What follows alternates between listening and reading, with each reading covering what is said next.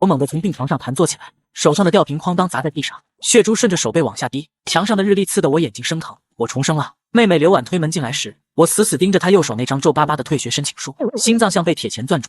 上一世我被前女友和堂哥算计，不仅父母留下的房子被骗走，还背上巨额贷款。为了帮我还钱，妹妹辍学打工，最后惨死车轮下。这一世，我攥着拳头发誓，谁敢再动我妹一根头发，我就让她生不抵死。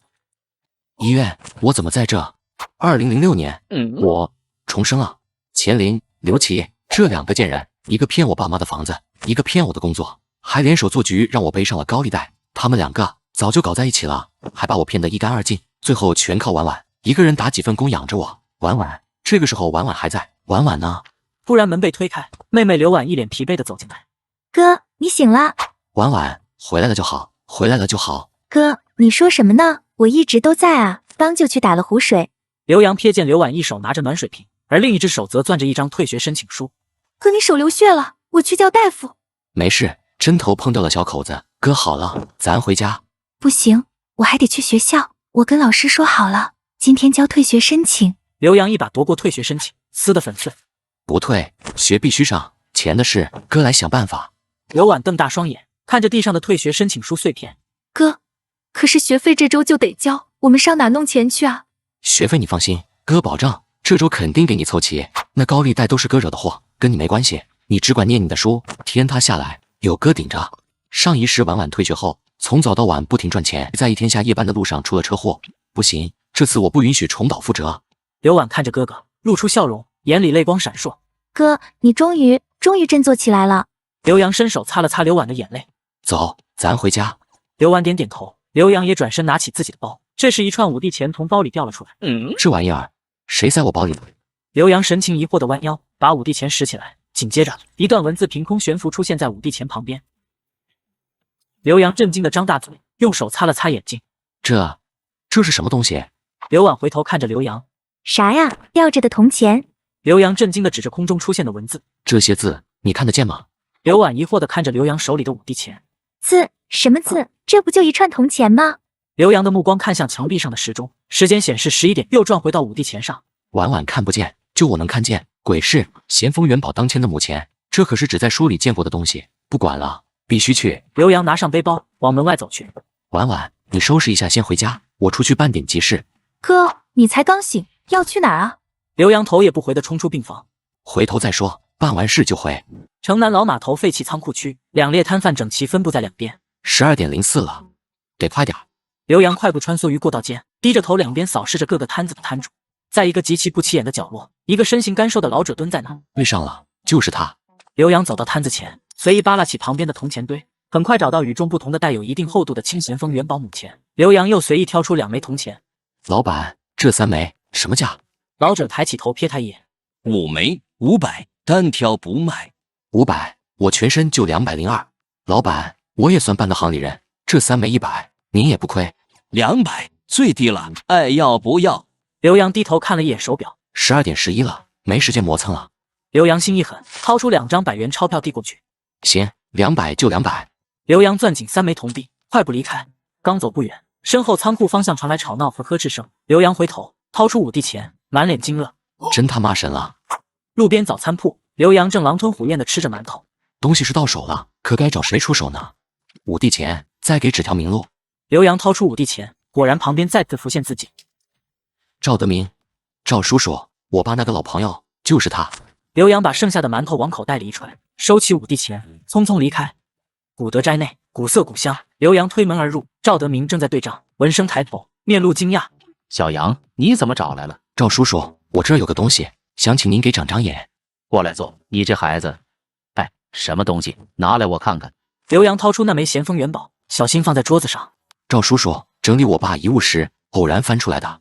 赵德明拿起放大镜仔细端详，他突然放下放大镜，紧盯刘洋。小杨，你跟叔叔说实话，这东西到底哪儿来的？这我可不能说啊，我爸箱子里翻出来的。怎么了，赵叔叔？这东西不对。太对了，这是宝贝，大宝贝。真的吗？小杨，听叔叔一句，这东西的来历跟谁都不要再提，明白吗？我明白，赵叔叔。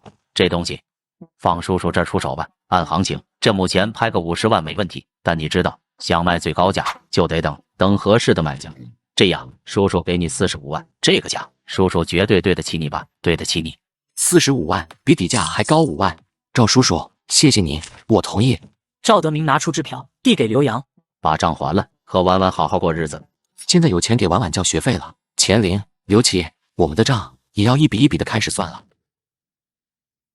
上午，刘洋出现在医科大学刘婉的宿舍楼下，手里拎着大包小包，脸上带着期盼的神采。刘婉抱着书出现，耷拉着脑袋，显得疲惫不堪。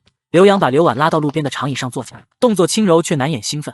婉婉，快，猜猜哥给你带什么好东西了？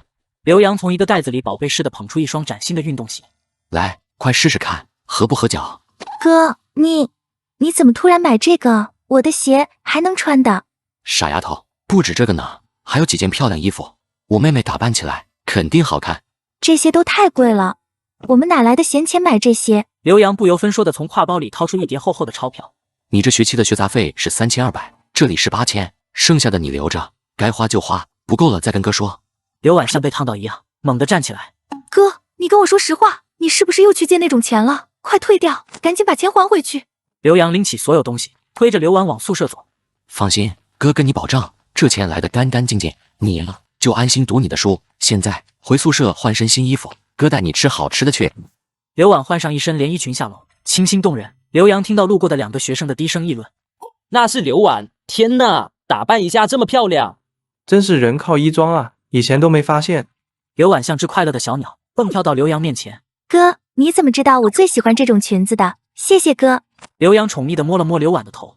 你每次路过橱窗，眼睛都快长上面了，哥能看不见吗？真好看。走吧，吃饭去，哥饿坏了。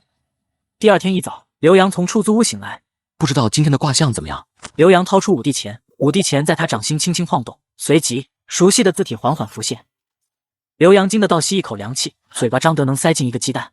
我靠，这么劲爆的消息！他猛地将五帝钱紧紧握在胸前，仿佛抓住了全部希望。爸妈，婉婉，咱们的房子就要回来了。刘洋抬手敲响了那扇既熟悉又陌生的家门，开门的是一个面容憔悴、眉宇间带着愁容的中年男人。你找谁？刘洋立刻换上诚恳热情的笑容。您好，请问您就是这房子的主人王国栋王先生吧？王国栋迟疑地点点头。是我，你是？我是这房子以前的房主，姓刘。今天冒昧打扰，是有点重要的事想跟您说，您看方不方便进去谈？进来吧。刘洋跟着王国栋在客厅沙发上坐下，开门见山。王先生，我就不绕弯子了，这房子是我父母留下唯一的念想，感情很深，我想把它买回来，价格方面您来开。这不是钱的事，这房子你就算出双倍的价钱，我也不卖。为什么？王国栋沉默了几秒，重重叹了口气。2年前，我女儿就是在这附近走丢的，我卖了之前的家当，特意买下这里，天天在附近转，就是盼着哪天能把我闺女找回来。原来也是个苦命人，告诉他女儿的下落，既是帮我，也是帮他，算是积德了。刘洋看着王国栋，眼神里多了几分理解和同情，他微微点头。您的女儿叫王月月，对吗？如果我说我知道有人知道您女儿的下落，用这个消息换这套房子，您卖不卖？王国栋如同被电流击中，猛地从沙发上弹起来，双眼死死盯住刘洋。你说什么？你知道月月的下落？前天城南派出所抓到了一伙人贩子，其中有个人外号刀疤，你去问问，一定有收获。王国栋全身控制不住的颤抖，几乎说不出完整的句子。你的话当真？没骗我？是真是假？您现在就报警，亲自去一趟派出所，不就知道了？啊好，如果你说的是真的，这套房子我王国栋二话不说，原价卖给你。一言为定。5天后，刘洋再次敲响了这扇门，门一开，王国栋就激动的一把抓住刘洋的手。兄弟，大恩人，谢谢你，太谢谢你了。我女儿她真的找到了。王国栋几乎是拉着刘洋进了客厅，指着沙发上那个有些怯生生的小女孩。看，这就是我女儿月月，快叫叔叔，就是这位叔叔帮了大忙，爸爸才找到你的。王月月乖巧的从沙发上跳下来，跑到刘洋面前，扬起小脸，大眼睛忽闪忽闪的。谢谢叔叔。乖，不用谢，月月回来就好。刘洋站起身，看向王国栋。王大哥，看到月月回来，我真心为您高兴。今天过来也是为了房子的事，这房子现在市价大概涨到了170万，我已经跟银行那边打好招呼，贷款没问题。刘洋从包里拿出早已准备好的购房合同，递给王国栋。您看看条款，如果没问题，咱们就按流程走。王国栋连忙摆手，直接将合同推了回去。不行，我怎么能多要你的钱？你是我们全家的大恩人。这房子我当时买成155万，就按这个数，1分都不能多。王大哥，您这人太实在了。好，那我也就不推辞了，谢谢您。刘洋站在刘婉宿舍楼下，手里拎着一袋零食，望着宿舍门口，眼神温暖。刘婉穿着那身连衣裙，像一只蝴蝶，蹦跳着跑到刘洋面前。给馋嘴猫，你的零食。刘婉接过袋子，犹豫了一下，小声开口：哥，那个，咱们出租屋里我的床老是吱呀吱呀响，吵得我睡不好。你什么时候有空，能修修吗？刘洋闻言，扑哧一声笑了出来，神秘兮兮的从包里掏出一个红彤彤的本子。哈哈哈，咱以后再也不回那个破出租屋了。你看这是什么？刘婉疑惑的接过，打开一看，瞳孔瞬间放大，整个人都僵住了。房产证，哥，你把咱家的房子买回来啦！巨大的喜悦冲击下，刘婉的眼泪瞬间决堤，她一把紧紧抱住刘洋，泣不成声。哥，你太棒了，太好了，我们终于可以回家了。刘洋的眼圈也瞬间红了，他紧紧回抱住妹妹，手臂坚实有力。婉婉，咱们可以回家了。刘洋站在古董街，目光锐利地扫过熙攘的人群，他回忆起5帝前显示的卦象。这卦象来的太是时候了，刚交完首付正缺钱，这就送宝贝上门了。老农民在哪儿？刘洋快速扫过街道两旁的摊位，终于在接近街尾的一个角落锁定了目标。一个面色黝黑、蹲在地上的农民老汉，面前铺着一块布，上面零星摆着几个瓶瓶罐罐，其中有一个格外显眼，瓶身有一处明显的瑕疵。农民带瑕疵的瓷器，没错了，就是他。恰在此时，钱林和刘琦两人迎面走来，挡住了去路。哟，我当是谁呢？这不是欠了一屁股风流债，刚从医院爬出来的秦胜刘洋吗？刘洋，就你这副穷酸相，也好意思来古董街晃悠？知道什么叫捡漏吗？看我哥们儿，上周就这儿2000块收了本旧书，转手卖了2万，看见没？我这本康熙年间的，这才叫本事。你呀，也就配捡人家不要的垃圾。刘洋直接无视了二人的挑衅，径直走到老汉摊前，蹲下身，指向那个目标瓷器。大爷，这个瓶子怎么卖？这个烧坏了，出窑的时候就带了吧，不值啥钱。你要真心要，给500块就行。钱林用手在鼻子前装模作样的扇了扇风，凑过来。500，刘洋，你浑身上下摸得出来50块钱吗？别在这儿冲大头了。刘洋二话不说，直接掏出5张100元钞票递给老汉，然后小心翼翼的双手捧起那个瓷瓶。成交。刘琦指着刘洋手里那个带着瑕疵的瓷器，故意提高音量，引来周围一些好奇的目光。哈哈哈，花500块钱买个残次品，刘洋，你这眼光可真是十里淘金，赌一分啊！看看我这康熙版的善本，才花了800，差距看见没？这就是眼界和实力的差距。这时，一位气质儒雅的中年男人走上前来，目光被刘洋手中的瓷瓶吸引。这位小兄弟，打扰一下，你手里的这个瓶子能否借我上手一观？刘洋心中了然，点了点头，将瓷瓶递了过去。果然来了，识货的行家。吴先生接过瓷瓶，从口袋里取出一个放大镜，仔细的审视起来，从釉面到成色，再到底足，看得非常认真。过了一会儿，他将瓷瓶小心的递还给刘洋，眼中满是赞赏。小兄弟眼力不凡啊，虽然身上带了点窑疤，品相上略有瑕疵，但瑕不掩瑜。这青花发色，这画工，这胎质，绝对是康熙民窑里的精品。吴先生伸出手，比了个6的手势。按现在的行情，这东西至少值这个数。多少？60万，500块买的，转眼就60万。卖瓶的老汉震惊的张大了嘴巴，呆立当场，喃喃自语：60万。刘琦满脸的不敢相信和愤怒。你他妈是他的徒儿吧？就这么个破玩意儿值60万？开什么国际玩笑？你看清楚了，我这儿才是正儿八经的康熙的。旁边一个看热闹的摊主忍不住扑哧一声笑了出来。还康熙版？就你这本破书，我看就是昨天刚用影印机印出来的，外面包了层老书皮，糊弄鬼呢！扔地上都没人捡，顶多值20块钱。周围顿时爆发出一阵哄堂大笑。刘琦的脸瞬间涨成了猪肝色，恨不得找个地缝钻进去。小兄弟，你要是觉得我开的价还算公道，这东西就匀给我吧。我是前面不远兴一方的老板，姓吴，咱们可以去我店里办手续。吴老板是爽快人，就按您说的价，咱们去您店里详谈。刘洋扭头，目光冷冷地扫过面如死灰的钱林和刘琦。看来有些人不仅眼珠子是摆上，连心都是黑的，真有意思。我这儿500块买来的破烂，好像比某些人800块供着的康熙宝贝要强上那么1星半点呢。刘洋与吴老板并肩离去，留下钱林和刘琦在原地，气得浑身发抖，咬牙切齿。脸疼吗？但这还只是开始。刘琦、钱林，你们就好好睁大眼睛看着，我是怎么一步一步把你们踩进泥里的。我们的游戏才刚刚开始。刘洋家楼下，钱玲和刘琦鬼鬼祟祟地指着楼上。豹哥，看，这就是刘洋那混蛋新买回来的房子，嘚瑟得很，他肯定还有不少钱藏着。就是，豹哥，他有钱了不还你们，倒是买房子享受上了，这分明是没把豹哥您放在眼里。妈的，敢耍老子！兄弟们，看来上次的教训不够深刻，今天给他好好松松骨。刘婉正哼着歌，在客厅里擦拭着父母留下的旧相片，粗暴的砸门声突然响起。刘洋，滚出来！妈的，还钱！谁啊？开门！再不开门，老子给你把门拆了！哐当一声巨响，老式的房门被一脚踹开，钱玲带着豹哥和手下闯进来。我哥不在家，你们是谁啊？不在，那就给我砸！黄毛一把刘婉推开，手里相框的玻璃也摔到地上。黄毛一脚踩在相片上，都听见没？给我砸！黄毛和几个混混不一会就把刘洋家里砸得稀烂。告诉你哥，这事儿没完，让他准备好钱，不然下次就不是砸东西这么简单了。我们走。豹哥说完，带着手下扬长而去。你哥那个窝囊废，走狗屎运捡了好东西。不过没关系，这房子马上又要吐出来了，哈哈哈哈！刘婉瘫坐在地上，等众人离去后放声大哭。刘洋拎着午饭走到家门口，看着被毁坏的门，冲进家里。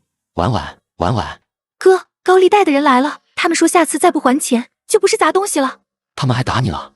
我没事，就是撞到茶几上了。哥，我们怎么办啊？好，爆头，你等着，这个账我迟早要跟你算。现在当务之急是搞钱，赶紧解决高利贷这个事，不然我和婉婉都没有安稳日子过。婉婉，你别怕，哥来想办法。城东最近发生一起恶性凶案，C 侄女37岁，尸检显示为刀伤，凶器至今不知所踪，现警方悬赏10万，广大居民如有情报可。悬赏10万，可惜我是没有这情报了。婉婉，你受惊不小，先去屋里躺一会，我帮你跟老师请假，下午的课咱就不去了。好，哥。今天还没看卦象。大兄，匕首，书里怎么会有匕首？难道就是新闻里警方悬赏要找的匕首？刘洋坐车到了李家屯，在小树林极其隐蔽的角落，看到好几只流浪狗对着一棵树边汪汪的叫。狗都闻出来了，这里果然不对劲。刘洋走到树旁边，注意到有一块树皮的颜色比旁边树皮要深一些。刘洋捡起一根粗树枝，猛地一捅，树皮被捅破，一把匕首竖着插在里边，还残存着血迹。喂，我要报警！警车很快抵达现场，林晴下车，一身警服，英姿飒爽。是你报的警？你说树里有匕首？对，就是这。我路过，看见好多流浪狗围着这棵树叫。我这人喜欢狗，买了点吃的过来喂喂它们。谁知道这有一块树皮特别不一样，破开以后就看到这个匕首了。林晴走上去查看，后边跟着2个警衔稍低的警察，看着不到30岁就是3级警督了，这案子不简单。过了一会，林晴走到刘洋面前，感谢你提供线索，这把匕首可能与一起重大案件有关，请保持通讯畅通，后续可能需要你配合调查。刘洋点点头，目光落在证件上。刑侦支队重案组组长林晴。第二天一早，刘洋揉揉眼，拿出5帝钱，字蹦了出来。你现在是又酷爱办案了？间谍50万，照这个速度，高利贷的钱马上要能还上了，但是我得找好时机，不能说的太突兀了。2天后，刘洋来到市公安局林晴办公室。刘洋，这次请你来，一是通知你案件进展，二是代表市局向你表示感谢。林警官，您太客气了，我就是碰巧。别谦虚了，你发现的匕首可是破获这起恶性事件的关键证物，这是10万元奖金通知单，你签个字就可以去财务室领了。你的敏锐观察力帮了我们大忙，也还了受害者一个公道。以后要是再有什么发现，可以直接联系我。这都是一个合格的公民应该做的。有时间的话，跟我们办案组一起吃个饭，大家都想认识认识你。刘洋和办案组的警察们一起走进餐馆包间坐下。哎，张健怎么没来啊？别提了，他最近神出鬼没的，不知道忙什么呢。这不今天又请假了。不对劲，非常不对劲，他可是劳模，还有让他请假的事。好了，别说了，以为在自己队里呢，这还有客人在呢。林警官，我多句嘴了，这个张健职位是1级警督。你怎么知道的？我听说，就是听说啊，咱们局里有内鬼，职位呢还就是1级警督。刘洋，这种话不能瞎说。我也就是听说，查查总没坏处吧？小心驶得万年船嘛。先吃饭吧，这事以后再说。3天后，刘洋坐在沙发上，手机震动了一下，他拿起查看，是林晴发来的短信。张健已确定为海外间谍，谢谢。50万到手，赚钱，这不易如反掌。刘洋放下手机，从口袋里掏出5帝钱。今天有什么指示，领导？ 5帝钱闪着光，出现文字：来的可真够及时的。爆头，咱们新账旧账一起算。刘洋拿起电话拨通110，喂，我要举报城南旧仓库区12号仓库有非法赌场。爆头据点里面，爆头正搂着2个女人抽着烟，一脸惬意。黄毛慌慌张张的冲了进来。大哥不好了，赌场昨晚被警察端了，兄弟们折进去一大半。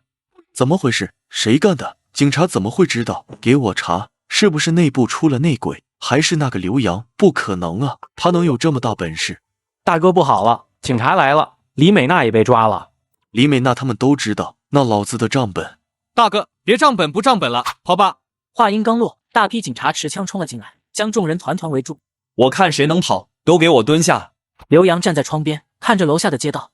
算时间，爆头也该被抓了。但爆头只是五爷手下的一个小头目，要想彻底解决高利贷的事，光铲除这个爆头可不够。今天有什么指示？是捡漏还是警情？玄虎，五爷的手下，爆头和玄虎是他的左膀右臂，把他俩都砍了，我看这个五爷还怎么狂。晚上，刘洋和刘婉坐在沙发上，电视里正在播放晚间新闻。本市警方近日展开专项行动，成功打击一个隐藏在废弃工厂地下的特大赌场，同时破获一起重大走私案件，抓获犯罪嫌疑人数百名，涉案金额巨大。哥，你看新闻了吗？前几天破获一起悬案，听说是热心市民在树干里发现的作案凶器，真是神了。现在又抓了走私端了赌场，都躲到这么隐蔽的地方了也能查到，听说也是热心市民举报的，真是高手在民间啊。天网恢恢，疏而不漏，做了恶事迟早要还的。哥，你也厉害，你这么快赚到这么多钱，我最崇拜你了。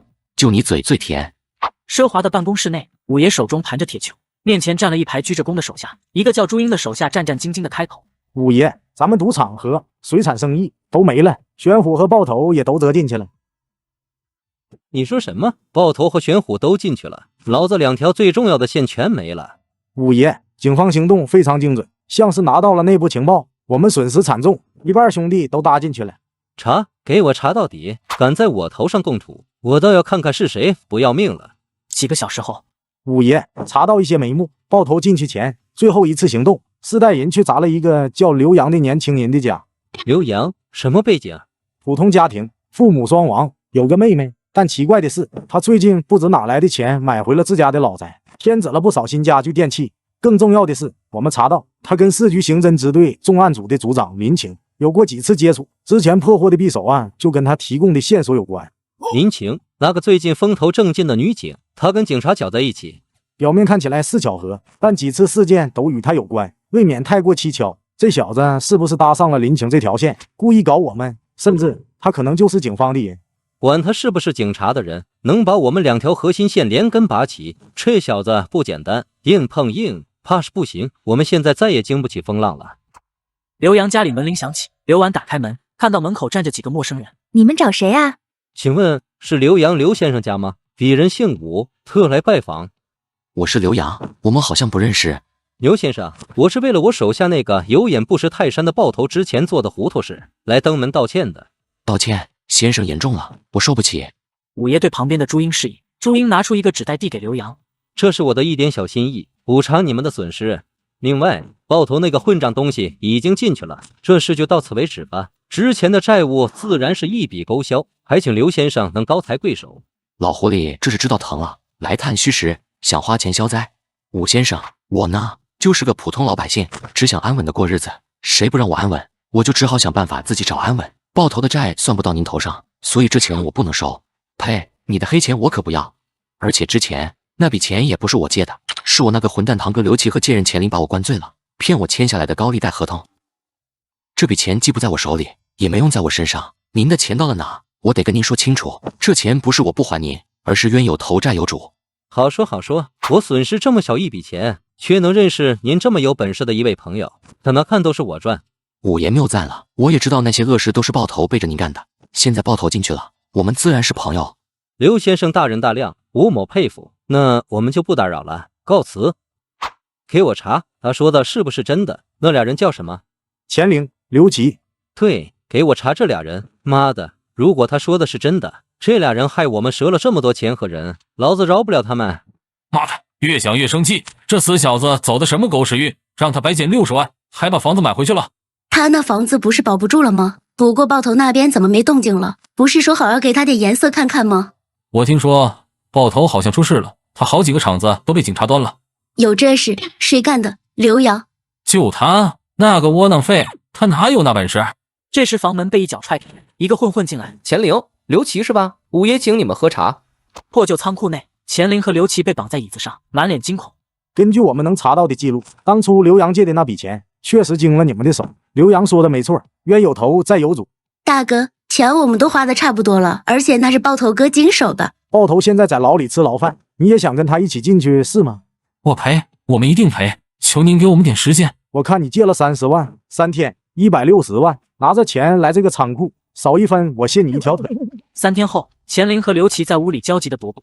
完了，根本借不到钱，谁他妈能一下借给咱们100多万？都怪你，当初要不是你出的馊主意，我们怎么会去招惹刘洋？怪我，是你自己贪心，说那个傻子好骗，能让我们白捞几十万。房门被一脚踹开，一群混混冲进来，用抹布堵住钱玲和刘琦的嘴。钱玲和刘琦被五花大绑，扔在废弃仓库的地上。五爷坐在椅子上，冷冷地看着他们。说了让你们3天后来这还钱，你们把我的话当放屁。刘琦被解开嘴上的抹布，跪在地上。我们哪敢呀，五爷，我们是实在没钱，您再宽限几天吧。再宽限几天，你这个穷光蛋就有钱了。我调查过了，你名下的那套房子还值点钱。五爷，那是我爸妈的房子，他们要知道我把房子丢了，肯定要打断我的腿啊。那你就不怕我打断你的腿？你惹了刘洋，害得我们丢了2桩大买卖，我只让你赔我一套破房子，你都这么不情愿，那我就再卸你俩1人1条腿，就当补偿我进去的兄弟们。朱英拽过刘琦的手，用刀划破的口子，将他的手按在房屋转让合同上。朱英拿着合同退到五爷身边，五爷身边的混混个个拿着木棍上前围住刘琦、钱玲2人，棍子一下下落在2人腿上。刘琦和钱玲2人惨叫声不断。行了，别闹出人命。你俩应该庆幸赶上现在这个节骨眼，不然可就不是一条腿这么简单的事儿了。是，谢五爷不杀真。丢出去，别脏了我这地。刘洋掏出5帝钱，字体缓缓出现。永固，那不是我应该去工作的厂子吗？刘琦这个混蛋，现在还敢收受贿赂，我倒要看看你这个偷来骗来抢来的工作，保都保不住。这时刘洋电话声响起，接起电话。刘洋，你这个兔崽子怎么心这么狠？刘琦好歹也是你堂哥，你怎么能找黑社会打断他的腿？现在我们家丢了房子，如果刘琦再因为这个腿的事丢了工作，你就给我等着，我饶不了你。腿被打断了，五爷动作倒是快，还真是棍子不打在自己身上不知道疼啊。现在自己房子丢了知道着急了，当初你家刘琦骗走我家房子的时候，怎么不见你放一个屁？刘洋，有本事别再被我逮着，老子他妈要弄死你！呵呵，弄死我，你先站起来再说吧，废物东西。刘洋说完挂断电话。我记得就是06年，西京大学徐教授的新材料团队研究出了一批新的仪器零件材料，不仅品质优良，而且能大大降低成本。刘琦，现在才拿到哪？真正的地狱才刚开始。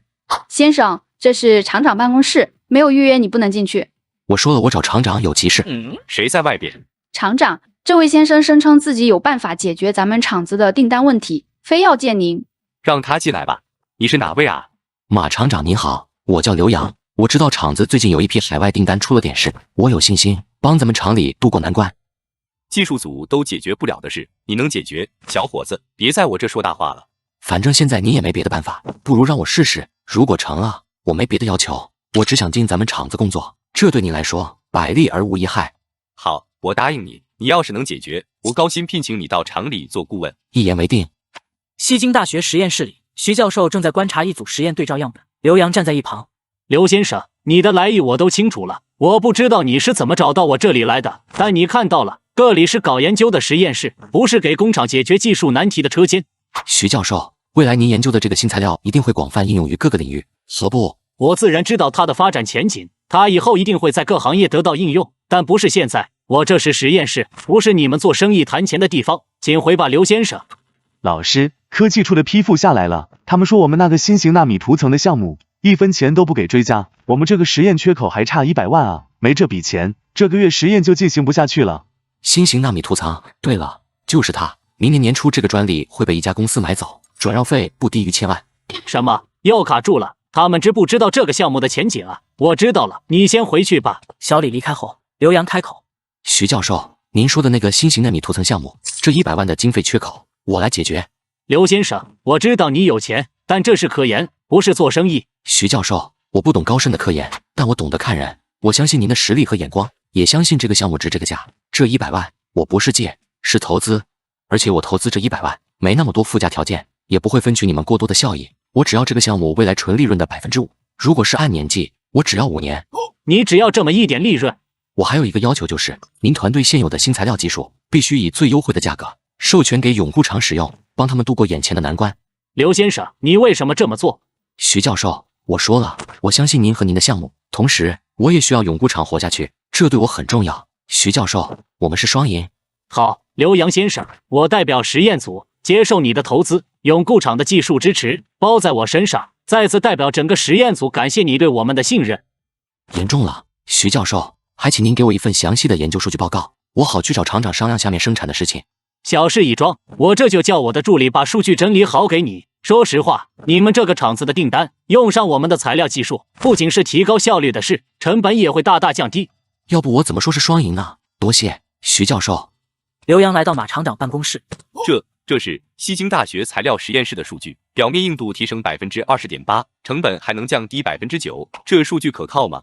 千真万确，徐教授的团队已经做好了所有前期研发，只要厂里愿意，马上可以进行小规模试生产。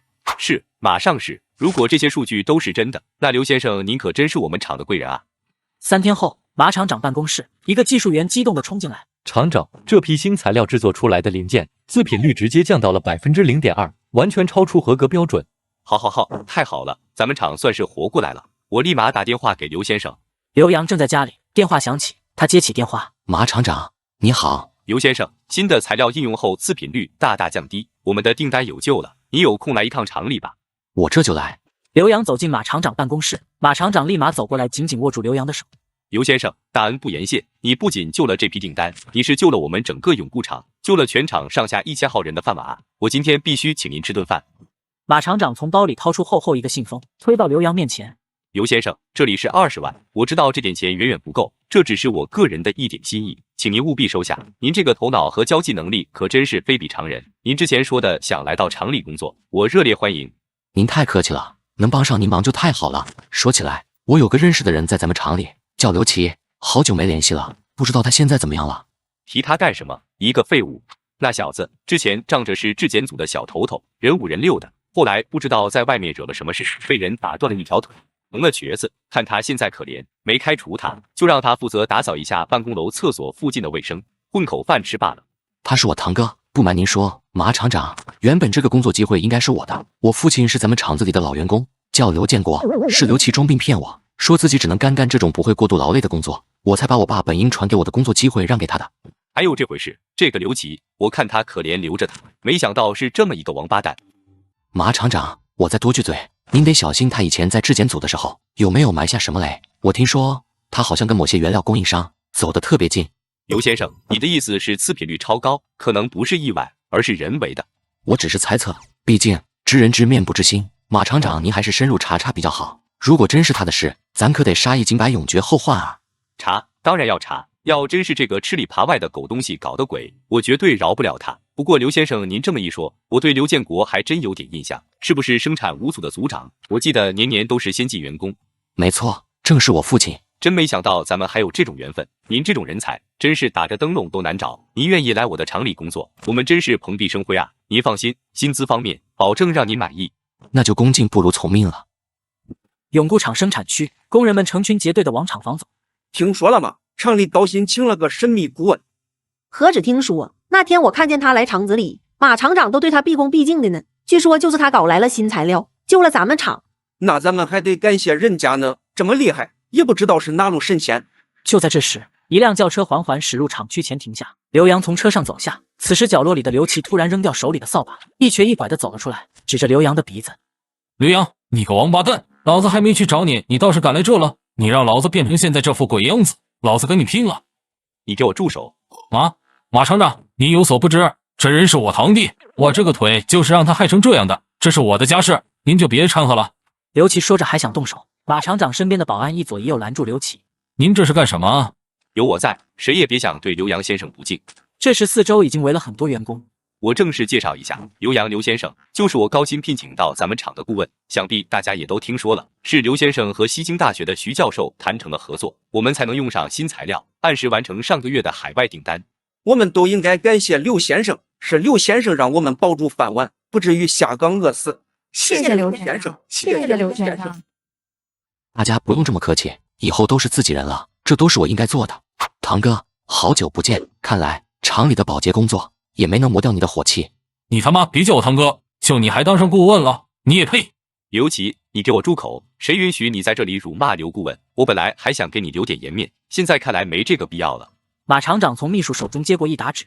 刘琦，这是你担任质检组长期间收受强盛原料厂贿赂的证据，银行流水一应俱全。你为了一己私利，导致厂里次品率飙升，差点让我们厂子万劫不复。我已经报警了，还会正式向法院提起诉讼。你不仅要被开除，还要为你给厂里造成的数百万损失承担全部赔偿责任，等着吃官司吧。厂长，我错了，您饶了我这一次，钱我一定想办法还，您别告我。刘洋，哥错了，哥当初是鬼迷心窍，都是钱林指使我干的。你看在咱是亲戚的份上，帮哥求求情吧，求求你了。亲戚，当你骗走我爸留给我的工作，当你和钱林联手做局让我背上高利贷的时候，怎么没想到我们是亲戚？现在求饶会不会太晚了？马厂长，公事公办，依法处理就好。刘洋说完走向办公楼。刘琦，这痛不欲生的感觉也该让你感受一下了。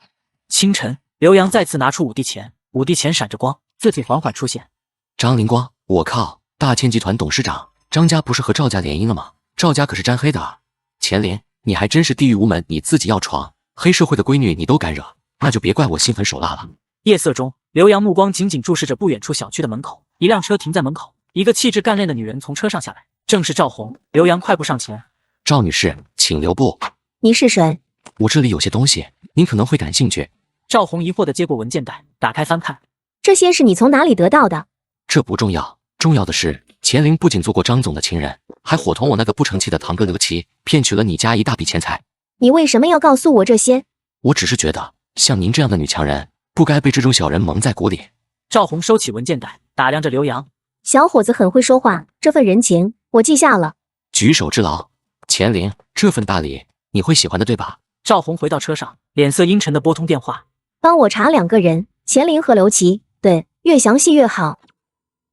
门被猛地踢开，赵红带着2名保镖走进来。钱林正坐在轮椅上，惊讶地抬头：“你们是谁啊？私闯民宅犯法，知道吗？”一个保镖上前，一巴掌拍在钱林脸上：“你就是钱林，张灵光，你认识吧？”“谁是张灵光？我不认识什么张灵光。去年3月在马尔代夫，7月在北海道，需要我继续说吗？你不仅勾引我丈夫，还从他那里骗走了237万，这些都属于夫妻共同财产。那都是他自己愿意给我的。给我搜。”2名保镖进到屋里，开始粗暴地翻找。你们这是违法的。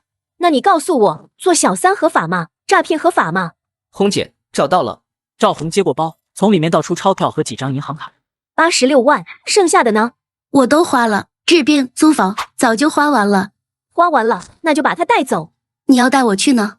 既然没钱，就用别的办法还。我知道有个地方专门照顾你这样的残障人士。我还，我爸妈家里还有钱，我去要。3天见不到钱，后果你自己清楚。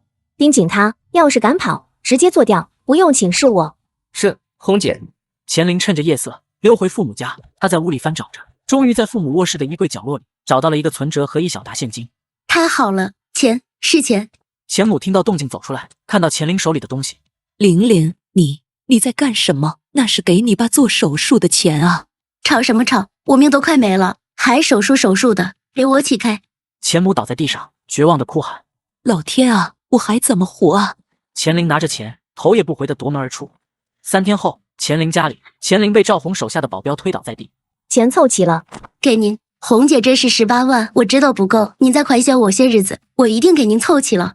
18万？你当我要饭的？你勾引我老公，和那个瘸子刘琦合伙骗钱的时候，胆子不是挺大吗？200多万都吃得下。红姐，那都是那个该死的刘琦教唆我去骗的，您找他还吧，他有钱。你打量着我是傻子？他连家里房子都赔出去了，现在还背着一身官司，他能有什么钱？你不想还钱也行，但你们让我恶心了这么久，总得留下点纪念。钱林表情惊恐地摇着头，把这个小三的另一条腿也给我打断，让他好好长长记性。2条腿都没了，我看你以后还怎么当小三？不要啊！保镖拿着棍棒上前，赵红冷漠地转身离开。刘洋看着手机里赵红发来的短信，事情已了，多谢。我前世生不如死的感觉。钱灵，你总算也是尝到了。食物中毒，还有下岗职工，不好，是厂里的午饭，得赶紧去阻止他们。刘洋匆忙赶到，还没进门就听到食堂里传来一片喧闹声。他冲进食堂，只见10几个员工捂着肚子躺在地上，表情痛苦，哀嚎不止。完了完了，来晚了。马厂长正焦急地指挥着现场。救护车，快叫救护车！马厂长看到刘洋，赶紧跑了过来。刘洋，你看这早上都还好好的，吃个午饭就这样了。看着像食物中毒，我先开车送几个人去医院吧。好，小李，你也去开我的车，送几个人先去医院。半天后，秘书和刘洋带着化验结果回到马厂长办公室。医院那边检查结果出来了，是什么？别吞吞吐吐的。是食物中毒，恐怕是供应的午饭出了问题。岂有此理！这个月已经是第2次闹出员工吃坏肚子的事了。我为了这种事情赔了多少医药费、误工费了？跟这个张老板说了1万次，好不了几天就又恢复原样，立刻终止和张老板的合作。刘洋站在一旁，脑中飞速思考。县政府门口正好聚集了一群国营饭店的下岗职工，但这么点人肯定是做不出来1000多个人的饭。对了，预制，先把菜做出来，在需要的时候加热装盘，不就能用最少的人做最多的饭？我想张老板也不是诚心的，不如我们……谁给你开的工资？你是他那头还是咱这头的？他这饭菜3天2头闹出事，我还得谅解他。我是做慈善的吗？但这一时半会儿，我们又去哪找靠谱的供餐链呢？马厂长，我或许可以接下咱们工厂的午餐。有氧，我知道你是好意，但这是非同小可，不是你上下嘴皮一碰就能成事的。马厂长，前期投入我都可以自行承担，各种资质我也一定会拿到。我们到时候可以小范围试点，工人满意了，我们再谈合作。您也说了，一时半会找不到合适的供餐厂，何不给我个机会，让我试试呢？好，我给你1个月时间，做得好，这生意就给你。我看这事不妥吧？刘顾问毕竟不是从事餐饮这一行的，也没有相关经验，这隔行如隔山，您怎么有把握做得好呢？不试试怎么知道我做不好？我的能力，马厂长，您应该是清楚的。有氧，你的能力我自然清楚，但我丑话说在前面，如果这中间出了什么问题，你这些前期投入的损失，我可……放心吧，马厂长，如果有什么纰漏，我自行承担损失。做好这个食堂，就彻底从打工的变成老板了。秘书退出马厂长办公室，警惕地看了一眼四周，拨出电话。不好了，你那的午餐中午又给人吃进医院了。现在马厂长生气得很，要终止跟你的合作。马厂长还给了刘洋1个月的时间，如果做得好，食堂就包给他了。什么？哪来的混小子抢老子饭碗？你给我盯紧了，我这就想办法弄他。你尽快啊，我先去厂长面前说说，让他多参考几家。老二家不也是干饭店的？到时候我把他家列进去，也不至于让咱家丢了这桩大生意。好，就先这么干，肥水不流外人田，给老二也比给那个刘洋强。秘书泡了一杯热茶，走进马厂长办公室。马厂长，刘顾问虽说能力不俗，但毕竟年轻，供餐这个事字是体大，我们不能一棵树上吊死吧？有话直说。我认识几家不错的餐饮公司，不如我们多考察几家，也好有个比较。也好，这事就交给你办吧。好的。这个刘洋敢断我财路，没准这次出事就是这小子捣的鬼。虽说现在有表妹举荐老二，但听表妹的意思，刘洋这小子不简单，不得不翻啊。小刘，这是我表妹给我发的刘洋的照片，你就负责给我跟着他那边一有风吹草动，你第一时间报告我，我就不信我找不了他的麻烦。好的，老板，我这就去。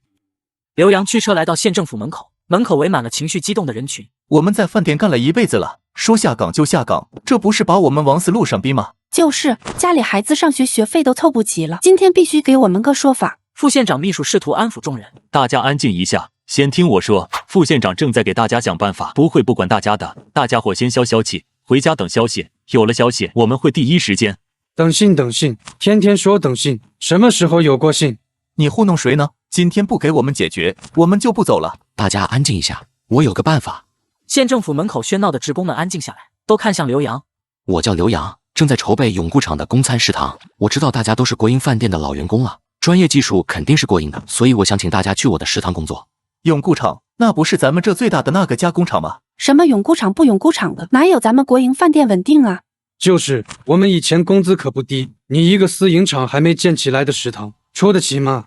我跟大家保证，只要你们愿意来我们食堂工作，工资只多不少。而且这都什么年代了，还觉得私营就是小打小闹？如果国营都那么稳定的话，你们也不会站在这了。永固厂1000多名员工，规模远超你们原来的饭店，这么多人的用餐需求，你们觉得是小事？我愿意去，总归饭店是不会把咱们再招回去了。我家孩子还等着钱上学呢。我也愿意去，永固厂这么大的规模，还能饿着咱们不成？更何况这个刘老板都说了，薪资值都不少。其他职工也纷纷响应。刘先生，你可真是帮了我们大忙啊！副县长这些日子出差了，但你放心，今天的事我一定传达给副县长。您太客气了，太好了，有了这批经验丰富的老员工，过不了几天我的食堂后厨就能运转起来了。30多个人做1000多个人的饭，人工成本降低了，我就算压下价格，也有足够的利润空间。远处的小刘掏出手机，拨通电话。老板，大事不妙，本来刘洋这几天一直招不到人，但他今天突然来了县政府，招到30多个国营饭店下岗职工。什么？这个刘洋动作倒快，我知道了，我来想办法。张老板挂断电话，又立刻打通了厂长秘书的电话。哎，妹妹，刘洋招了30多个国营饭店的下岗职工，我给你8000块钱，你找机会收买个厨子，让他做饭的时候往锅里扔点好东西。你这招绝啊！马厂长现在最忌讳的就是食品安全出现问题，在测试阶段就出这样的事，那刘洋这辈子也别想承包这个食堂了。没准这狗屁顾问也当不成了，这小子惹谁不行，偏惹我，我当然要给他点好果子吃，不然我都白活到这岁数。交给我吧，表哥，我一定给你办成了。事成之后，可别少了我那份。清晨，刘洋拿出5帝钱，5帝钱闪光，一行字体缓缓浮现。原来这俩人是亲戚，怪不得李秘书之前百般阻挠我承包食堂，想使坏，那我就先在后厨布置好针孔摄像头，打你们个措手不及。秘书带着一个身材肥胖的男人来到厂长办公室。厂长，这是赵老板，专门做给企业供餐的生意，他们公司已经干很多年了，品质什么的我都考察过了，绝没问题。马厂长您好，这是我们的菜单，您看看，我们这品类多，半个月都不重样。不错是不错，就是。马厂长您放心，我们不仅口味好，各种资质也是齐全的，保证卫生，而且您这订餐量这么大，我还能给您打个8折。马厂长，我是刘洋。刘洋，快进来，你看这是赵老板，也想承包咱们厂的午餐。马厂长，我理解，货比3家嘛，我这边没有意见，我愿意和赵老板公平竞争。我已经招聘到了一批国营饭店的下岗职工，其中有几个大厨名号在咱们县里也是响当当的，我相信我的味道不会输给任何人。刘洋，那你招了多少员工？32个。32个。刘洋，咱们厂子可有1000多个员工，32个人能做几个人的饭？32个。你知道我为了接下咱们厂的生意扩充了多少人手吗？整整100个。就算你那个个是国宴大厨，1000多人的饭做不出来，有用吗？是啊，刘洋，不然你就别逞强了。还是马厂长，您放心，我有办法让32个人做出1000多个人的饭菜。10天后，我的设备到齐，咱们2个共同为工厂备餐，到时候让工人们评判更喜欢谁家的饭菜。好，10天就10天，我等着你给我好消息。10天后，是运营第1天，工人们端着餐盘，兴高采烈地讨论着饭菜。右边窗口排着长队，这味道真不错，一点不输大饭店。真的假的？给我尝尝。哎呀，你这比我这个好吃多了。你这个是右边那个窗口的吧？可不是吗？这味道是真不错，要是以后都是这个味道就好了。我这也是右边窗口买的，好吃的很呐。突然，一个工人猛地站起来：“我靠，我这个饭里有烟头，幸好我还没吃。”周围的工人立刻围了过来：“你这在哪买的？就右边窗口，光味道好有什么用？食品安全都不过关。”正在食堂巡视的马厂长、李秘书和刘洋听到喧闹走了过来，刘洋后厨的员工们也围了过来。这是怎么了？在吵什么？马厂长，你看他的饭里有烟头。是啊，马厂长，我就是在右边窗口打的，这幸好没吃，不然又要进医院了。右边的窗口，刘洋，我记得这是你的出餐口吧？是我的出餐口没错，但马厂长，您先看看这段视频。刘洋掏出手机，点开一段视频，上边是一段周师傅鬼鬼祟祟往锅里扔烟头的录像。这都是李秘书让我干的。李秘书给了我6000块钱，让我往锅里扔点异物，还说事成之后再给我2万。刘老板，您可别怪我啊！所有人的目光都集中在李秘书身上。你血口喷人，我都不认识你，怎么会只是你干这些？你不认识我，那你还让我给你写收据？食堂内，所有人的目光都聚焦在李秘书和周师傅身上。周师傅高高举起那张纸条，你看啊，厂长，这是我给他写的收据，还没来得及给他呢。人证物证俱在，小李，你还有什么好说的？你被开除了，而且这个是我会报警追究你们的法律责任。等等，马厂长，小李，如果你愿意说出幕后主使，或许我可以帮你求情，从轻发落。好，我说这都是我表哥张老板让我干的，张老板是你表哥，怪不得你天天替他说好话。那这个赵老板呢，跟你有没有关系？你给我说实话，不然我饶不了你。好，我说赵老板也是我表哥。好啊，你们一家子是把我当傻子耍呢？你把工厂当你家呢？走了一个又挨一个。我说怎么赵老板的菜和张老板的菜味道这么像？原来是一家子做出来的。马厂长，我们都爱吃刘顾问的菜，让他承包我们午餐吧。就是，不能让这一家子再把咱们耍得团团转了。小李，刘洋刚才给你求情，我不能不给刘顾问面子，我可以不追究你法律责任，但你也不能再这干下去了，自己走人吧。李秘书赶紧跑啊！刘洋，你这是众望所归啊！我宣布，我们厂子的午餐就由刘洋承包了。谢谢大伙，我以后一定继续努力，给大家提供卫生又美味的饭菜。清晨，刘洋从口袋里拿出5帝钱，5帝钱闪光，几行字体缓缓浮现。张老板、赵老板这两个家伙竟然还不死心，不好！城南供应仓库是李老板的仓库。刘洋驱车赶到城南仓库，只见仓库门口一片狼藉，几个工人正在收拾残局。李老板看到刘洋，愁眉苦脸的迎了上来。刘总，这大清早就来了火混混，什么也不说，来了就是一顿砸，砸完还跟我说，要是敢再给你供货，下次砸的就不是货了。你是不是得罪什么人了？要是这3天2头来闹，我这小本生意可不敢再给你供货了，你还是另请高明吧。李老板，你先别急，我已经知道是谁干的了，你放心，这件事因我而起，你的损失我照单全赔，货你也继续供着，我这就去找人，保证把这个事摆平。既然找了火混混，看来只有五爷能帮上忙了。五爷办公室内，五爷将一杯刚泡好的茶推到刘洋面前。小杨，尝尝我这个白牡丹，可是7年的老茶了，现在味道正好。五爷，我今天来是有事相求。难得你主动找我，说吧，什么事？您知道我最近在做食堂生意，惹上了那个朝霞饭店的张老板。今天早上他找人砸了我供货商的仓库。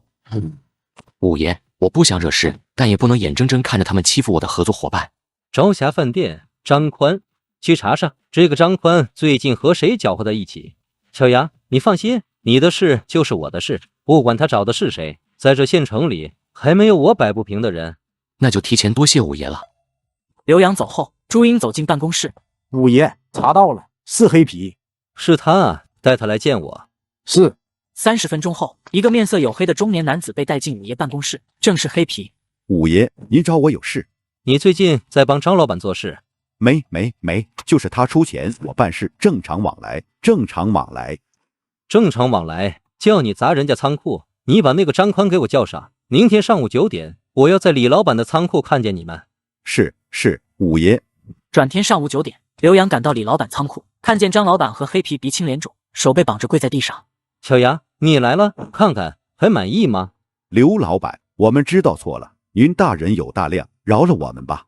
是，刘老板，以前是我有眼不识泰山，我以后再也不敢了。您跟五爷求情，高抬贵手吧，你们损失的菜我双倍赔偿。你叫来的人砸了多少东西你不知道？李老板的损失我全部双倍赔偿。李老板，你觉得可以吗？你们砸的是李老板的仓库，既然李老板不计前嫌，我也就不追究了。只是再有下次的话，咱们就新账旧账一起算。是，多谢刘老板，多谢刘老板。五爷示意手下给他们松绑。刘洋看着慌不择路跑走的张宽和黑皮，李老板这条供应链保住了，威信也算是立住了。刘洋刚到工厂办公室，一个年轻干练的女人敲响了办公室的门。她是马厂长的新秘书。刘顾问，马厂长请您去他办公室。马厂长，您找我？小刘，快坐。找你来是为供餐的事。自从你接手食堂，我这肚子都吃圆了。大家伙对你的饭菜可是好评不断，都是大伙捧场。你就别谦虚了。昨天齐厂长来咱们厂里参观了咱们的食堂，还吃了你的红烧肉，那是赞不绝口啊！当场问我能不能也给他们厂供餐。他们厂现在的供餐公司价格贵不说，饭菜质量还差，他早就想换一家了。现在李老板能供应的菜品就刚好只够我们厂的量，如果再加上齐厂长的1000多人。对了，前几天卦象不是说县北的张庄、李村农作物滞销吗？如果把这些滞销的农产品都收过来，就能接下齐厂长的单子了。马厂长，不瞒您说，我现在的菜品供应只够咱们厂的，但我已经得到消息，附近有几个村子农产品都滞销了，等我去把这些菜品收购回来，就能接下齐厂长的单子了。但我有个条件，给齐厂长工厂的供应，我要涨10%的价。这没问题，老齐现在工厂的午饭比咱们厂子贵30%呢，这是我去说。1天后，马厂长办公室内，双方手里拿着合同。刘洋，以后我们厂子的午餐就交给你了，可别让我失望啊！你这个菜品质量继续保持。多谢戚厂长信任，我这菜品质量都是严格把关的，一定让大家吃得放心，吃得健康。交给刘洋就放心吧。昨天去张庄里村，不仅成功收购了所有的农产品，村长还主动给我打了8折，再加上这边又涨了10%的价，这单利润可不少。既然和别的厂合作有更高的利润，不如就多接洽一些厂子。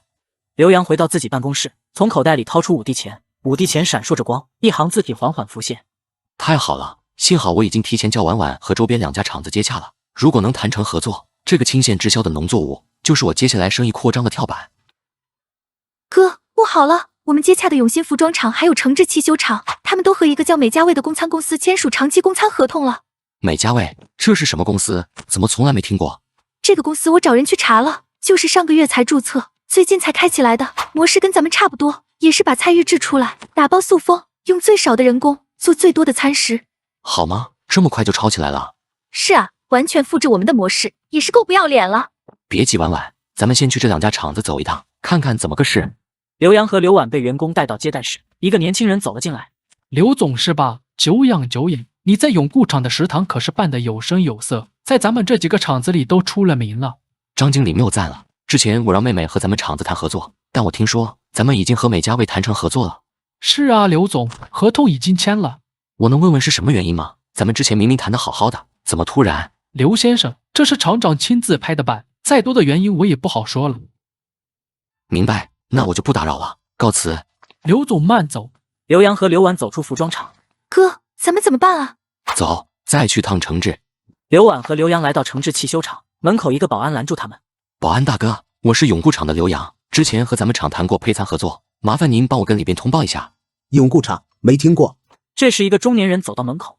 王秘书，我是刘婉，你记得我吗？我前天还来咱们厂和厂长谈了供餐的事。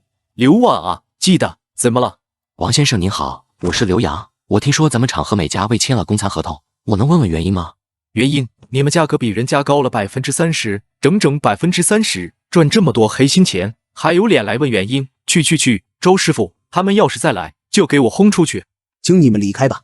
你，刘洋拉着刘婉离开。没事，走吧，婉婉，比我们低30%，这么低的价格，连成本都覆盖不住，这里边肯定有猫腻。清晨，刘洋从口袋里拿出5帝钱，5帝钱闪光，一行字体缓缓浮现。工地，我怎么没想到，如果我去工地供餐，不也是一桩好买卖吗？但是工地的话，开食堂人力成本太大，我得换个模式，先去工地看看，实地考察一下。刘洋赶到永固厂附近的一处建筑工地，工人们正在忙碌，一个工头正对着一个送餐员大发雷霆。说了多少次，送餐要准时，你这饭菜都冰凉的，给谁吃啊？大哥，你们这个工地不管饭啊？管什么管，都得自己解决。这块地方偏，卖盒饭的少，愿意送餐的也少。走了这么多个工地，都是一个说法，那我就搞的流式餐车，把这些餐车布局到各个工地门口，销路解决了，该去找张主任谈合作了。刘洋驱车来到县政府，副县长秘书已经在门口等候。刘总，副县长听说您今天要来，特地要我下来接您，请吧。秘书和刘洋来到副县长办公室。县长，这就是刘洋，刘老板。副县长起身，热情地迎了上来。刘老板，久闻大名啊！上次你解决了那么多下岗职工再就业问题，我听说还收购了不少咱们县村里的滞销农作物，真是帮了我们大忙啊！您说这话就见外了，我也是咱们县长大的，为县里做点力所能及的事是应该的。县长，我今天来找您，是想问问清县的张主任最近在咱们县是吧？你的消息倒灵通，只不过他也待不了几天了。我听说他们县农作物也滞销了，他们县已经为这事忙得焦头烂额了。那我就有话直说了，副县长，我现在有心收购他们县滞销的农产品，不知道您愿不愿意签个线？这是好事啊！这样，今天晚上我做东，请你们一块吃个饭。晚上3人围坐一桌，气氛热烈。李主任，我跟你介绍一下，这是我们县的刘老板，他的供餐生意在工厂区都出名得很。刘老板这么年轻，真是年少有为啊！李主任，听说咱们县今年大丰收，恭喜啊！哎，一提这事我就愁得很。丰收是丰收，卖不出去，眼看乡亲们的心血就要烂在地里了。我们县长给我连打5个电话，让我这头忙完了就赶紧回去。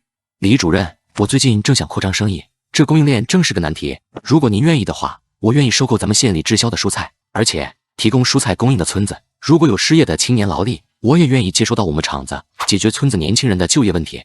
刘洋，你这个主意嘛，一手抓销路，一手抓就业。刘老板，你说的是真的，你这可帮了乡亲们大忙啊！我们那乡下村子里好多壮劳力，就是找不到合适的活，在村里晃晃荡荡的，家里看着都发愁。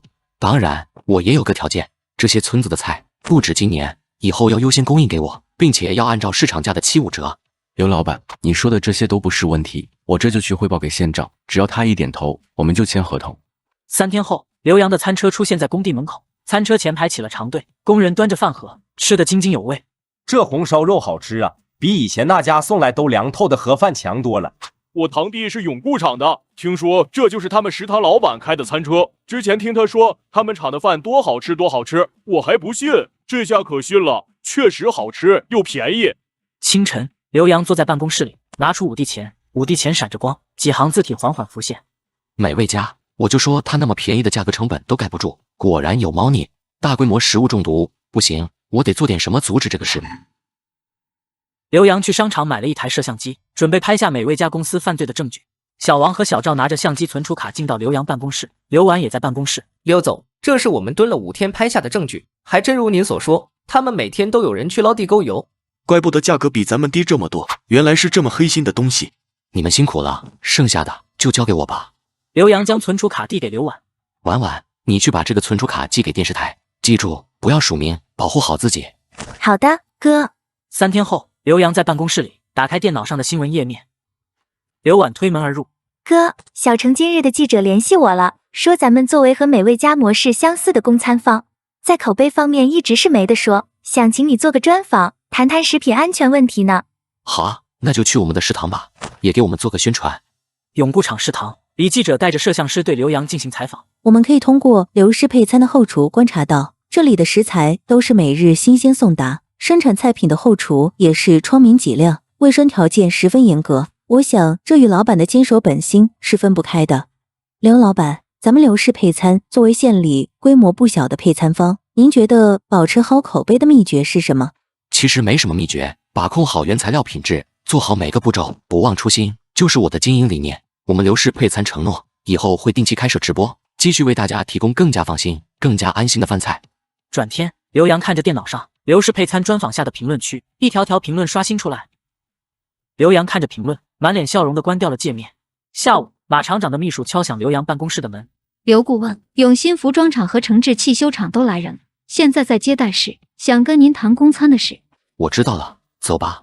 刘洋和赵秘书一前一后走进接待室，诚志汽修厂王秘书和永兴服装厂的张经理连忙起身。刘总，我们厂长派我来，想跟您谈谈供餐的事。张经理，您今天来是什么事？刘总，我们是想跟您谈谈供餐的事。张经理，您看我现在找我供餐的工厂数不胜数，我实在有点接不过来。刘总，我知道上次您来我们厂，我们多有怠慢，但是我们今天也是带着诚意来的，我们愿意在您之前报价的基础上再加价15%，您再考虑考虑我们吧。哎，张经理，你也是不容易，这样吧，也别15%了，10%我接下永兴厂的供餐。太谢谢您了，刘总。刘总，我们也愿意加钱，价格好商量。您上次不是说我们赚的黑心钱吗？诚挚的生意我是做不起，这黑心钱我还是不赚你们的了。小赵，送王秘书出去。张经理，这边请，我们去签供餐合同。别啊，刘总，厂长给我下了死命令，明大人不计小人过。就刘洋和张经理走出接待室。哎，刘总，请回吧，王秘书。王秘书跺了下脚，气哄哄地走了。下班后，刘洋提着一兜从超市买的东西回到家里。哥，你怎么还买巨力罐头啊？巨力怎么了？你不是最喜欢吃他家黄桃罐头了吗？你没看新闻啊？巨力在召回最近生产的一批罐头，官方说法是商品批次有问题，但是大家都觉得不是这么简单，现在根本没人敢买巨力了。刘婉从刘洋手里拿过罐头，指着上面的生产批号。哥，召回的就是你买的这个批次。这要巧，我看超市最后一瓶了，还想着挺幸运呢。没事，巨力就在咱们厂的边上，明天我直接退给他们厂里。吃的是，马虎不得，召回信都发好几天了，竟然还有超市在卖啊！可能跟哥一样，没看见呗。3天后，刘洋在办公室拿出5帝钱，5帝钱闪着光，几行字体缓缓浮现。召回原因竟然是铅含量超标，还给我问题罐头的地址，这是什么意思啊？喂，哥，巨力破产了，要低价卖厂子呢。哎，以后会不会吃不到现在这么好吃的黄桃罐头啦？早知道上个月多买几罐了。婉婉，你说巨力要低价卖厂？对啊，哥，你又没看新闻啊？这都是昨天的事了，我也是今天早上才看见。巨力可是县里的老牌子了，我现在做的也是预制食品的生意，也算有点经验了。如果我能拿下这个厂子，对啊，我现在知道他召回的真正原因，也知道最后一项祸患的下落，何愁拿不到厂子？哥，你在听吗？婉婉，哥有点事，先挂了啊。刘洋挂断电话，脸上露出势在必得的笑容。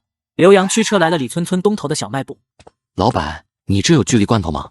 这是半箱的量，屋里还有半箱呢，也不知道怎么了，这几天一瓶都卖不出去，以前明明卖挺好的。太好了，还是一整箱没卖出去。老板，我都要了。刘洋来到巨力罐头厂，一个秘书将他带到厂长办公室门口，门没关严，里边传来争执的声音。老赵啊，150万，我给你的家还不够公道啊！公道是公道，但是别但是了，一口气付清还不行啊！刘洋推门而入，我是永固厂刘氏配餐的刘洋。刘老板，您不能就这么闯进来。我手里可能有您在找的东西，赵厂长可否介意不说话？要找的东西难道是那箱我没找到的罐头？周厂长您先等会儿，刘老板这边请。赵海带着刘洋来到会议室。刘老板刚才说的我要找的东西是什么？这个就是您要找的，我车上还有一整箱，一瓶都不少。你怎么知道我们还差这箱罐头没找到？我知道的可不止这些，我还知道您最后一批罐头召回的原因根本就不是什么批次错误，而是铅含量超标。这你怎么会知道？赵厂长，这是您幸运，有问题的罐头被悉数召回了，如果真被人吃了，吃坏了，您负担得起这个责任吗？你还知道什么？我知道这一切都是楚副厂长的责任。楚清淮这个天杀的，质检都是他负责，他玩忽职守，导致现在新一批产品铅含量超标，看窟窿太大他补不上了，又卷走最后的210万流动资金，要不是他，我们巨力怎么会落到今天这副田地？赵厂长，如果我说我愿意帮您找到楚清淮，再加上我找到的这最后一箱罐头，您愿不愿意把厂子卖给我？五爷，您不会不知道吧？你认识五爷？不仅认识，我还能让五爷帮你找楚清淮。好，现在有一丝希望我也不能放过，我答应你，厂子就以130万的价格给你。你刚才也听到了，周厂长愿意出150万，我自掏20万，就为了赌你能找到楚清淮。好，为表诚意，我这就给五爷打电话。刘洋拿出手机拨通了五爷电话。五爷，我是刘洋，想麻烦您找个人。小杨啊，你说找谁？原巨力罐头厂副厂长楚清淮。楚清淮，我记住了，有消息我会找你。多谢五爷了。小刘啊，看不出你这么年轻，人脉还这么广，我一会就叫法务拟好合同，咱们签转让合同。好，赵厂长爽快人。刘洋从口袋里拿出5帝钱，5帝钱闪着光，几行字体缓缓浮现。刘洋走出房间，对刘婉说：“婉婉，你准备一下，等会我们去一趟临县。”刘洋和刘婉来到城村果园，一个老农走了过来。你们就是刚才跟我电话联系的刘老板？对的，您是？我是这个果园的主人，你们叫我老杨就行。今年风调雨顺，我们果园的果子你看，个个味美多汁，可就是卖不上价。这几天来了好多本地、外地的贩子，但是价格都极低。我这个果园都是我自己精细养着的，什么都是用最好的。他们开的价，我别提赚钱了，亏都得亏不少。一个年轻人跑了过来：“杨叔，那些贩子又来了，还放话了，今天再不给他们，明天就不是这个价了。”几个贩子走过来：“老杨，别硬扛了，你这些桃子我们出6毛已经是天价了。”“就是，你去外边打听打听，4毛的都有。”4毛？你怎么不说4毛的品质能跟我这比吗？品质好有什么用？卖不出去，还是要烂在地里的。你们，杨叔，这批桃子我都收了，每斤我出1块5。你谁啊？在这捣什么乱？这是永固厂刘氏配餐的刘总。贩子们听到刘总的名号后面面相觑，灰溜溜的走了。老杨震惊的看着刘洋：“刘总，你刚才说的是真的？你愿意出1.5美金的价格买我的桃子？”“当然是真的，杨叔，您这的品质我信得过，您的桃子值这个价。”“太好了，刘总，我代表城村果园感谢您。”“桃子就位，现在该回厂子看看了。”回到罐头厂，刘洋紧急召开了管理层会议。“我今天在咱们厂转了一圈，发现些问题。表面看，破产是因最后一批货质量不合格，且副厂长卷走流动资金。但我认为更重要的原因在设备，生产线是10年前的老设备，能耗高，产量低，在如今激烈的市场竞争中，陈旧机器跟不上新时代潮流。”“刘总，可这新设备投入太大，万一……”“没有万一，我已经向银行贷款，从德国订购了一套全自动化生产线，现在我们不仅有优质的水果原材料，还配备了最先进的设备。我相信不用多长时间，我们剧力就会重回巅峰。这时刘婉来到会议室，不好了，哥，外边有一群以前罐头厂的老员工在外边闹事呢。刘洋和刘婉来到罐头厂门口，只见一群人拉着红符，上面写着“聚力还我们公道”。大家静静，有什么诉求可以跟我说，我是这的新老板。老板，我们都是在聚力干了10几年的老员工了，不能说辞退就辞退我们吧？就是啦，厂子倒了，也得给我们个说法吧。我这几天忙昏头了，还没来得及跟大家伙交代，我已经决定继续沿用咱们厂子的老员工们了。大家放心，下周机器和水果一就位，大家就能回来上班。真的？当然是真的，刘厂长都发话了，你们还不信？刘厂长真是大好人啊，谢谢刘厂长。设备到达的前2天，刘洋找到后厨忙碌的沈师傅。沈师傅，您之前在国营饭店负责甜品制作。是啊，刘总，怎么了？我带了罐头的配方和成品来，您帮我看看还有没有能改进的地方。沈师傅尝了一块黄桃罐头，水果能吃出来是好水果，就是甜度高了点。您有没有什么办法改进一下？我之前在国营饭店做新鲜的水果甜品，都是用蜂蜜替代部分白砂糖，再用海盐提味，我可以做一下，你尝尝。好，太好了，沈师傅。不一会，沈师傅做出一份黄桃甜品。刘总，您尝尝。刘洋尝了一口，眼前一亮，好吃，既能尝出水果本身的香气，又能做成罐头的形式。沈师傅，您真不愧是国营饭店的老师傅。嘿嘿，您说的我都不好意思了。您把操作步骤写清楚，我这就交给研发部，和传统的黄桃罐头同步生产。这样既不会丢失原本喜欢老味道的顾客，又能收揽一波吃不了那么甜的客户。刘总，您这主意好啊。刘婉走进刘洋办公室，哥，罐头已经生产出一批了，经典版、改良版各500瓶。咱们换的这批设备可真厉害，我听老员工说，以前1天产量也就200，现在整整是以前的5倍。婉婉，你告诉下边，这1000瓶只送不卖，分成小份，就随餐送给吃咱们饭菜的工人们。只送不卖，哥，你这又是唱哪出？我要用这1000瓶罐头打出口碑，我们的品质这么好，只要口碑打出去了，以后不愁销量。好，我这就去办。第2天，刘洋拿出5帝钱，5帝钱闪着光，一行字体缓缓浮现。第一批罐头已经送出去了，现在就看反响如何。等到万事俱备，就可以着手研发更多品类了。幸好我之前留了一手，不光订购了老杨的黄桃，连带果园剩下的水果也都定下了，这不就派上用场了。刘婉来到刘洋办公室，哥，咱们第一批罐头反响特别好，现在各个厂子都打电话来，要把罐头加进套餐里呢。好，你去找市场部经理，今天就把套餐价格定下来，发给各个厂子对接人。下午你盯着点，我要带沈师傅去趟研发部，咱们厂子该出点新产品了。2天后，刘婉来到刘洋办公室，婉婉，快来尝尝我们新研发的罐头。这么多品类啊，不会有风险吗？怎么会呢？水果这个东西因人而异，有的人爱吃这个，有的人爱吃那个，众口难调。我们要做的就是把品类做全，这样任何年龄段、任何口味的人都能在我们的产品里找到自己爱吃的罐头。刘婉拿起一罐罐头尝了一口，又尝了尝别的，好吃，这个也好吃。哥，还是你脑子活，这些我就都爱吃。小馋猫，今天我就把这些样品和配方给到生产部，明天就开始生产这批新产品。刘洋和刘婉来到县城里最大的家福超市，找到市场部经理。聚力不是前阵子倒闭了吗？我们收购了聚力罐头厂，并且升级了生产设施，这是我们新产品，您尝尝看。刘洋将带来的样品放到桌上。聚力前阵子产品出问题召回，你知道我们费了多少功夫去追溯购买罐头的顾客吗？不是我不给你面子，上次那个是费我们这么大功夫，而且现在已经有新的罐头品牌顶了你们的位置了，实在没有空放你们的产品了，请回吧。哥，这已经是第3家拒绝和我们合作的大型超市了，这可怎么好啊？大超市都不和咱们合作，咱们这批新产品往哪卖呢？现在大超市是走不通了，有了，咱们在附近的几个小超市转转，看看他们有没有人想进咱们的货。好，哥，那我就去学校里的超市问问，老板娘跟我可熟了。好，你就说如果他愿意进咱们得罐头，咱们就给他最优惠的价格。咱们兵分2路，现在就行动。3个小时后，刘洋站在街边，接到了刘婉的电话。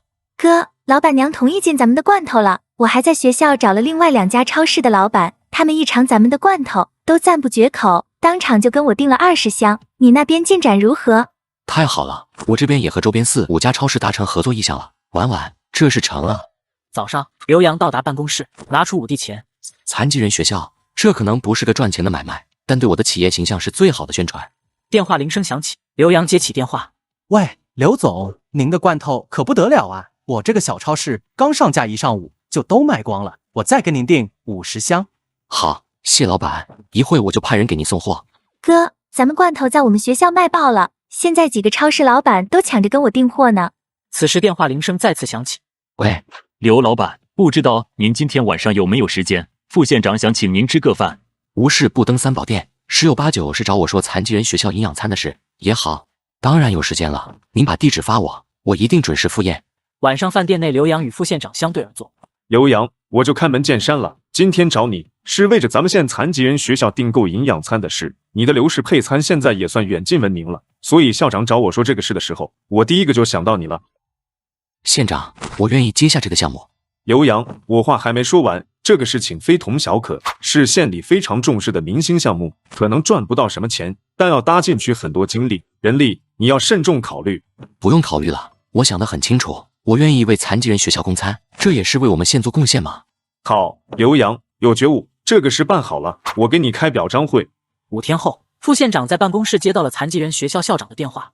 副县长，刘总的午餐不仅兼顾营养，还为各种问题学生准备了不同的餐食，简直就是为我们学生量身定做的。这些饭菜一看刘总就是付出很多精力和心血认真研究出来的，现在孩子们个个面色红润，听课效率都更高了，请您一定替我传达我们的感激之情。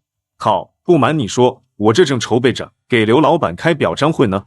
那您一定要叫上我，我一定要当面感谢刘总。一定一定。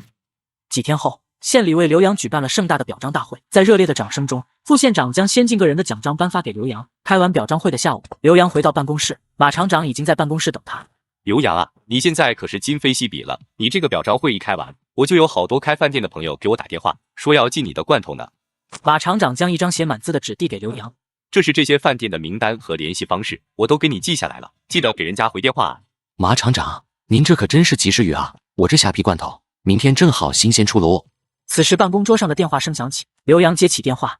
喂，是刘总吗？我是万德超市的采购经理，您之前来过，想让我们近距离的罐头，现在我们想订100箱。你们之前好像不是这个态度啊。是，之前是我们不识好歹了，现在您有什么要求，尽管提，只要是我们力所能及的，绝不回口。好，之前我给你们的价格作废，那是我给第一批愿意跟我合作的老板的优惠价，现在单价得涨，至于涨多少，我们要内部研究后再给你回复。好，那我就静候佳音了。刘洋挂断电话，门外又响起敲门声。家福超市万经理探出脑袋：刘总，我今天来是想跟您谈聚力罐头进驻我们家福超市的合作的。您看看，现在聚力罐头的销量这么好，之前是我有眼无珠了。为表示我们的诚意，我们愿意给出超市位置最好的货价，而且我们愿意在您之前报价的基础上，每瓶再涨2元。2元？万经理，现在的距离可不是半个月前的距离了。2块，你未免有点看不起我了吧？第一批合作价格是给愿意信任我的合作伙伴的，不是给你这种见风使舵、见钱眼开的势利眼的。价格是一定会涨的，具体涨多少还要内部开会讨论。你回去等信吧。好，您忙着，我就先不打扰了。万经理擦着汗退出了办公室。等到万经理退出办公室，刘洋拿起桌上的电话：现在通知全场管理层召开会议。现在大家看到情况了，我们的罐头供不应求。之前我们给第一批合作伙伴的价格可以说是几乎不赚钱，现在销路打开了，我要知道咱们价格成本的具体数据，再去定给他们的价格。刘总，我们的罐头因为用的是临县的高品质果园水果，还升级了全套德国进口设备，光是成本就比市场上同类型的罐头产品高出25%。那照这么看，我们的罐头至少要比同类型罐头贵30%，我们才有的赚。30%？那不是便宜他们了？我们给第二批合作方的定价就比第一批涨40%。散会。2天后，市场部经理来到刘洋办公室。刘总，我们把价格报给各个大型超市了，起初他们有的还嫌价格贵，想讨价还价，但是看到我们态度很坚决，也都答应下来了。尤其是那个家福超市的万经理，听了报价眼睛都瞪圆了，但还是屁也没敢放一个，当场签下供货合同了。哈，这种见利忘义的势利眼，当然不会放过咱们销量成绩这么好的产品了。营业额好看了，也好回去邀功吗？是，现在我们的订单已经排到2个月之后了。刘总，咱们的罐头彻底火了。刘洋掏出5帝钱，5帝钱闪着光，几行字体缓缓浮现：楚清淮，这么久了，终于有你消息了。刘洋掏出手机，拨通五爷的电话。五爷，我得到确切消息，楚清淮今天8点会现身滨西码头，他要逃跑。滨西，你放心吧，刘洋，滨西码头都是我的人，他逃不出咱的手掌心。刘洋赶到厂里，发现自己办公室已经挤满了人，气氛凝重。你们这是找我有事？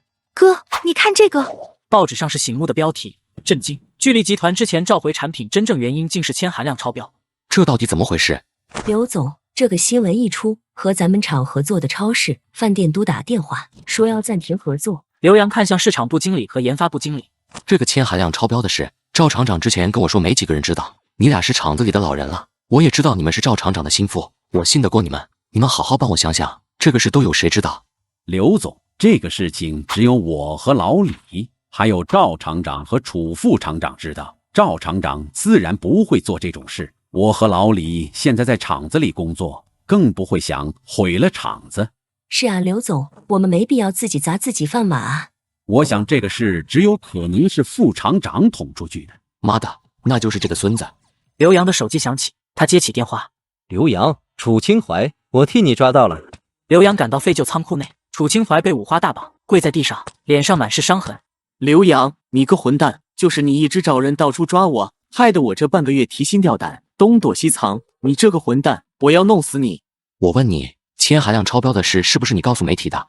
我呸！什么铅含量超标的事，老死不知道。嘴硬是吧？五爷，麻烦您上点手段，帮我撬开他的嘴。一群混混立刻涌上去，对着楚清淮拳打脚踢。别打了，别打了，要出人命了！我说还不行吗？混混们停了手，退到一旁。既然要说就好好说，若是说的让我不满意，还要挨揍。就是我做的，是我把铅含量超标的事匿名举报给报社的。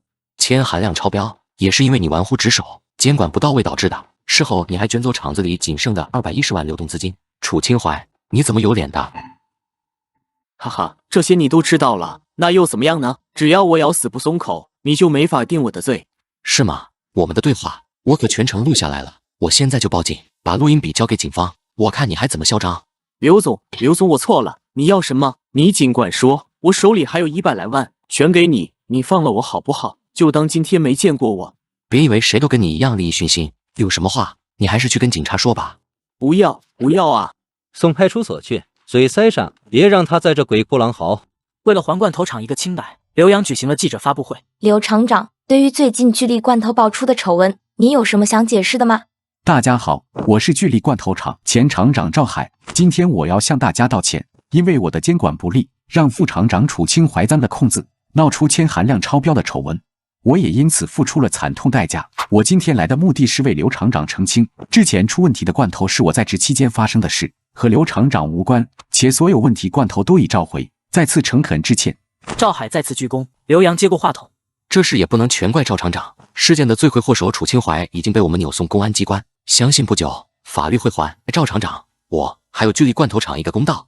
我们现在已经投用了最新的进口设备，我们还打算设立果园和工厂开放日，只要是对我们果园工厂感兴趣的居民都可以通过预约参观我们的果园和工厂。我们之所以做出这么多努力，就是希望大家能解除对我们的误会，重新相信聚力罐头厂。哥，网上现在风向都变了，支持咱们罐头的网友可多了。这场风波总算是平息了。市场部经理来到刘洋办公室。刘总，咱们发布会结束后，想找咱们订货的超市、饭店更多了。按这个势头看，咱们原材料都可能不够用了。